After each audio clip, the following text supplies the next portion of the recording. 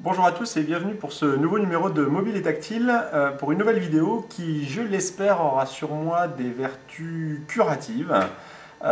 Pourquoi? Eh bien écoutez, j'essaye aujourd'hui de me dissuader d'acheter un iPhone ou un iTouch.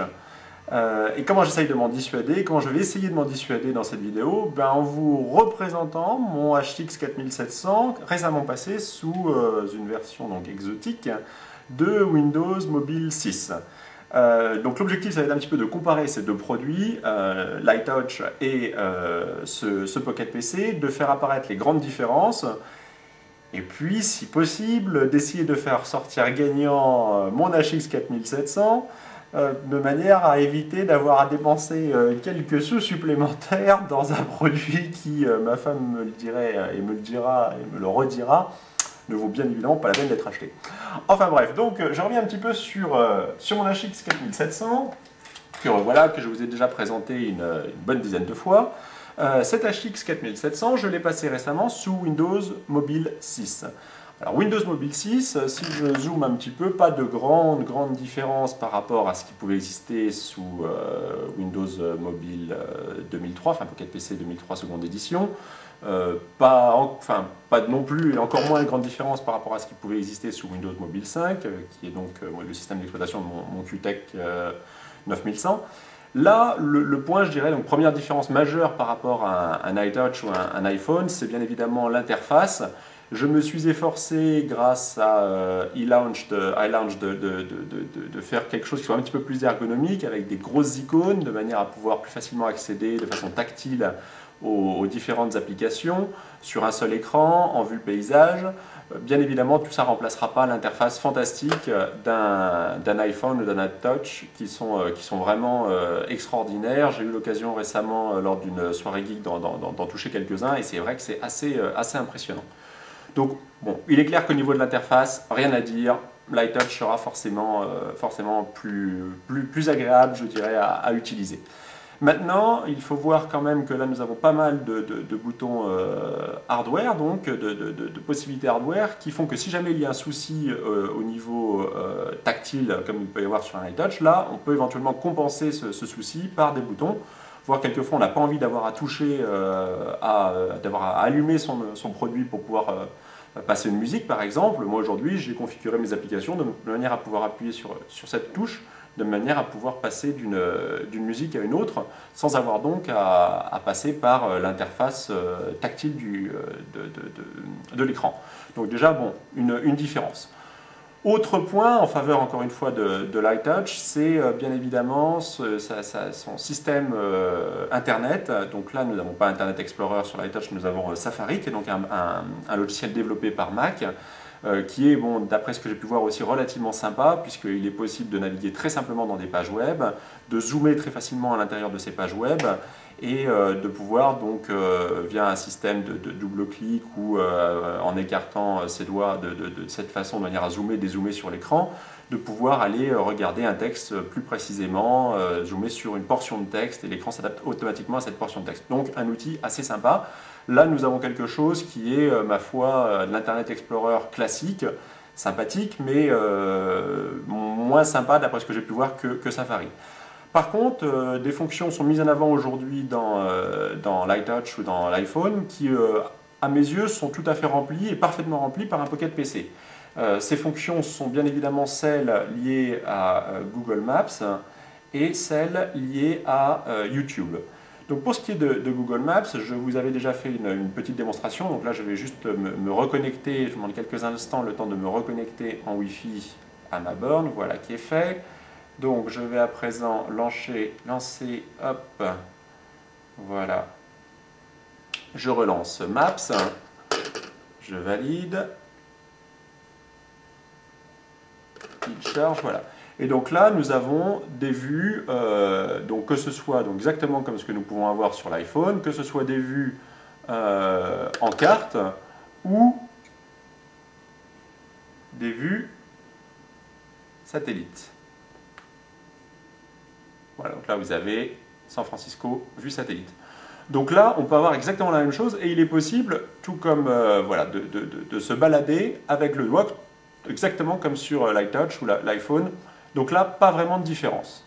Autre point mis en avant par nos amis de chez Mac, la possibilité de visualiser facilement YouTube sur son iPhone. Là, il est aussi possible via un favori qui est donc mobitube.net. Voilà, mobitube.net. Donc je vais immédiatement lancer ce favori. Voilà, je vais lancer donc par exemple une vidéo sur le SIP. Et donc là, je vais passer par The Core Media Player. Voilà, il me propose donc de cliquer pour lancer la vidéo. Je vais passer par Media Player, The Core Pocket Media Player. Hop. Voilà. Et là, vous avez une vidéo en streaming. Ce n'est pas une vidéo qui est sur mon ordinateur, c'est une vidéo qui est en streaming. Et vous voyez, grâce au processeur de la machine, bon c'est un processeur quand même assez puissant sur ce Pocket PC, aucun problème, c'est totalement fluide.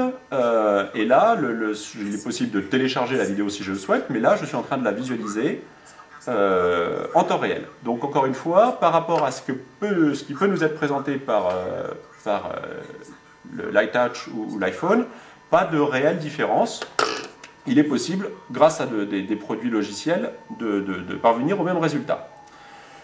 Autre point très agréable par rapport à ce qui pouvait exister sous Windows Pocket PC 2003, j'ai maintenant la possibilité, grâce à donc de mémoire Windows, WM Storage, voilà, c'est l'icône qui est juste ici, voilà, en haut, hop, voilà, j'ai cliqué dessus, hop, voilà. Et ce qu'il est possible de faire, c'est de faire en sorte que voilà, WM5 Storage, de faire en sorte que via le port USB, vous ayez possibilité de d'émuler ce port USB de manière à faire croire à un ordinateur que vous avez une clé USB. Donc vous allez pouvoir utiliser votre Pocket PC comme une clé USB, en lecture ou en écriture. Chose qui n'était pas possible sous Pocket PC 2003, seconde édition, ou antérieure, et c'est tout à fait possible depuis Windows Mobile 5 et a fortiori Windows Mobile 6, grâce à ce petit plugin, ce petit logiciel qui vous permet de transformer votre Pocket PC en clé USB. Voilà, autre point appréciable. Si je poursuis un petit peu, pour tout ce qui est visualiseur d'images, là vous avez une fois de plus des possibilités très étendues grâce à ce produit. Vous pouvez directement aller regarder des images, les retoucher, etc. Et là, on commence justement à rentrer un petit peu dans la différence majeure entre l'iPhone, l'iTouch et un Pocket PC ou un smartphone. La différence réside dans le nom, c'est-à-dire qu'un iPhone ou un iTouch se rapprocherait pour moi davantage d'un Arcos, c'est-à-dire quelque chose, un produit multimédia, Wi-Fi multimédia ou d'une tablette Nokia par exemple, mais vous n'avez pas un PC. Là, vous avez un Pocket PC. Autre point fondamental, sur les plateformes Pocket PC, Windows Mobile, vous avez eu un large choix de développeurs qui ont pu développer des applications tierces sur le système d'exploitation. C'est quelque chose d'ailleurs qui est tout à fait à souligner également chez Nokia. La plateforme de Nokia, les séries 60 de mémoire, c'est quelque chose qui est libre pour que les développeurs puissent produire leur propre logiciel. Et donc une infinité de logiciels sont disponibles en freeware ou payants. Donc voilà, encore une fois, ce produit très sympa reste moins sexy qu'un iPhone ou qu'un iTouch. Ce produit, encore une fois, il n'a que quelques gigas de mémoire grâce aux cartes que j'ai jointes, les cartes de mémoire que j'ai jointes à l'intérieur de ce produit, alors que sur un iTouch, par exemple, vous avez 8 ou 16 gigas de mémoire. Donc là, vous pouvez aller à des niveaux comparables, mais il faudra rajouter des cartes d'extension. Bref, un certain nombre de choses qui font que les produits sont pour moi des usages très différents. Si vous voulez juste vous amuser, une façon très ludique, de profiter de vidéos, de surfer sur Internet, l'iTouch est fait pour vous. Si maintenant vous voulez rentrer un petit peu plus dans la technique, avoir un GPS par exemple, pouvoir retoucher des documents Word, Excel, ne serait-ce que les consulter, d'autres éléments encyclopédiques, etc. Ce produit est fait pour vous. Voilà, je crois que je vais pouvoir rassurer mon épouse. Je ne pense pas que je vais acheter d'iTouch ou d'iPhone pour le moment. Enfin bon, je crois. Je vous donne rendez-vous à bientôt pour un nouveau numéro de Mobilité Tactile. Merci, à bientôt, au revoir.